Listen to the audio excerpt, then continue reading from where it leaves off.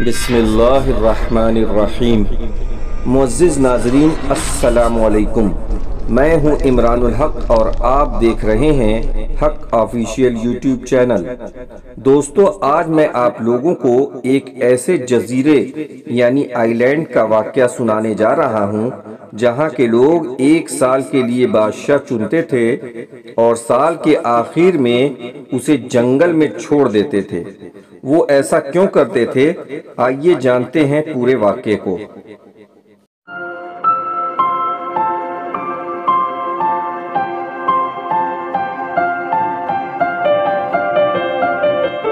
آپ دیکھ رہے ہیں حق آفیشیل یوٹیوب چینل۔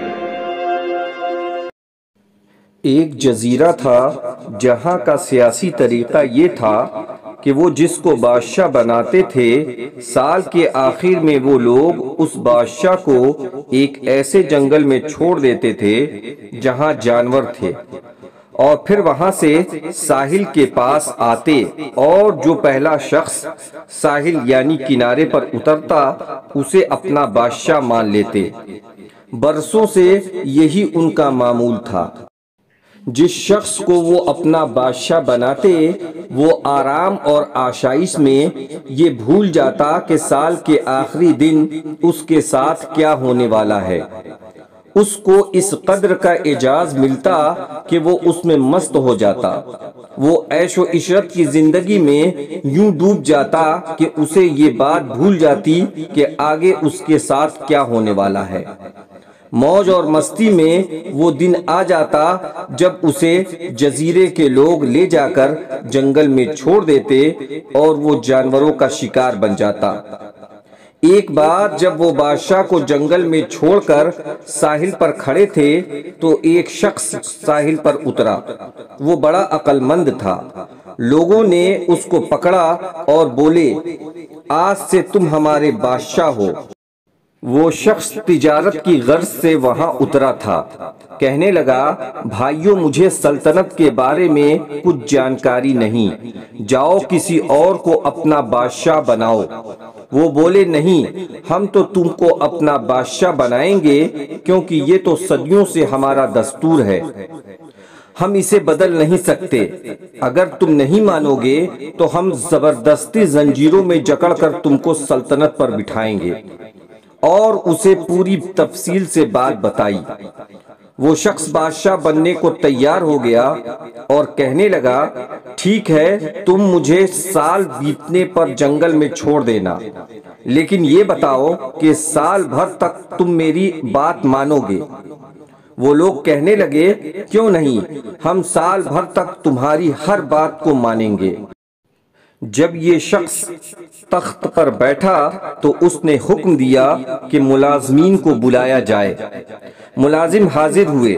اس نے حکم دیا کہ تم اس جگہ پر جاؤ جہاں بادشاہوں کو پھینکا جاتا ہے اور وہاں کی ساری جنگل جھاڑیاں کاٹ دو، اور ان کے پیچھے ایک فوج روانہ کیا کہ جاؤ اور وہاں کے سارے جانوروں کو قتل کر دو۔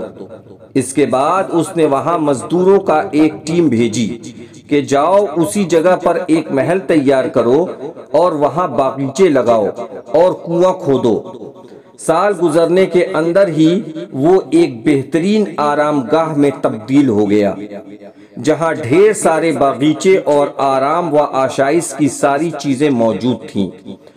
جب سال کا آخری دن آیا اور وہ لوگ بادشاہ کو لے جا رہے تھے تو بادشاہ خوشی خوشی خود جانے لگا، جبکہ اس سے پہلے کہ سارے بادشاہ کو زبردستی پکڑ کر لے جایا جاتا تھا۔